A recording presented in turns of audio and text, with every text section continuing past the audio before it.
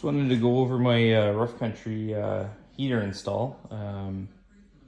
Some of the issues I had with the instructions, they're for the older models. Some of the pictures look a little different, so just some of the issues that I ran into. I'm just gonna go over that right now. For the most part, it wasn't too bad to install. This is probably the biggest install I've done on an ATV or side-by-side for that matter. First issue I had, for the most part, was pretty straightforward. All the cutting was pretty straightforward as per the instructions. A couple panels I had to cut this little piece out here on this side so you could kind of work around with your plumbing.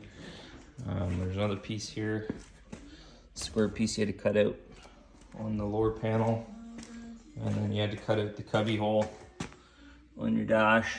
I just used X-Acto knife and some tin snips for that.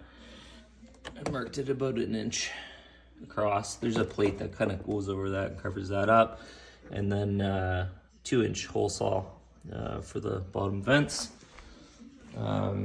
Top vents are a little bit more difficult. Had to cut these out, use the template that wasn't provided. I had to go on Inferno's heater's website, download their template. Most of the instructions actually are from their site, I believe, but cut that out. And then I ran my ducting up, pre-connected to these bottom vents. They're below these grates. You need another person out here to help you screw the top part on. You got to connect the two, but that wasn't too bad. I thought that was going to be the hardest part. It wasn't too bad. Second problem I ran into with the diagram for the wiring, I got to the point where I had all my duct ran. I had my heater here. I was going to hook up the electrical.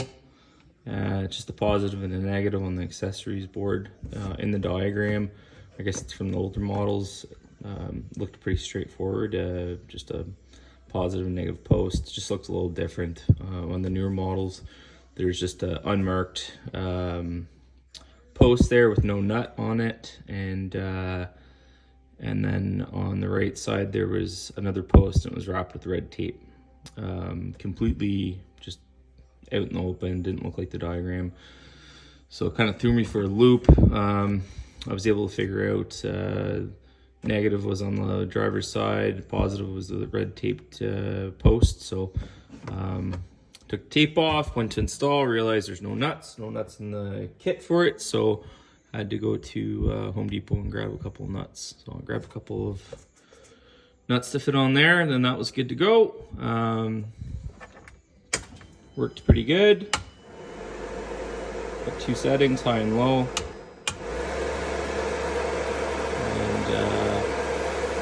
Pushes air pretty good. So I was happy with that. Then moving on, splicing in here. This actually wasn't too bad. I didn't lose that much radiator fluid.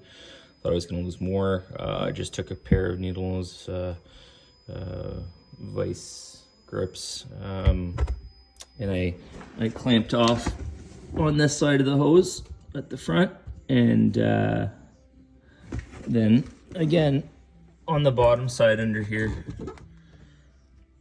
clamped off down there, made my cut, put my Y in, ran my line up to the front connector, and then I tied into the back. So I put, as described in the instructions, about a 2-inch piece.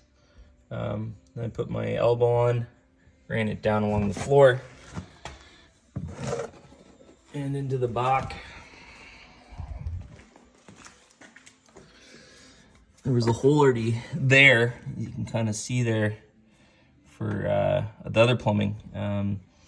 This part kind of threw me for a loop too, because I could see that, I don't know if you can see it there, but there's a bottom inlet pipe there. It goes into the engine, and then I was thinking I was going to tie into that because of the photos, but then I realized there's another line that comes up and goes past the reservoir. You can see it covered in that hose guard there. So I had to cut that hose guard back a bit, cut a piece off of it, and then put that Y fitting in there, which is kind of hard to see there, but it's there. And then there's a shut-off valves included, so you can turn it off in the summertime, and then connected to the hose, ran to the front, and that was it. During the process, lost a little bit of fluid. I just topped that up. I found as I lost fluid, that reservoir just kind of decreased. I just kept topping it up as I went. So started up, ran it for a while, let it heat up, no issues. So overall, not too bad of an install, and without incorporating all the time that I had to go run at the store, get some coolant and nuts and whatnot, probably took me about 5 hours to do. Mind you, I'm not even done yet. I got to put my panels back together, but yeah, anyways, that's it. Hopefully that helps.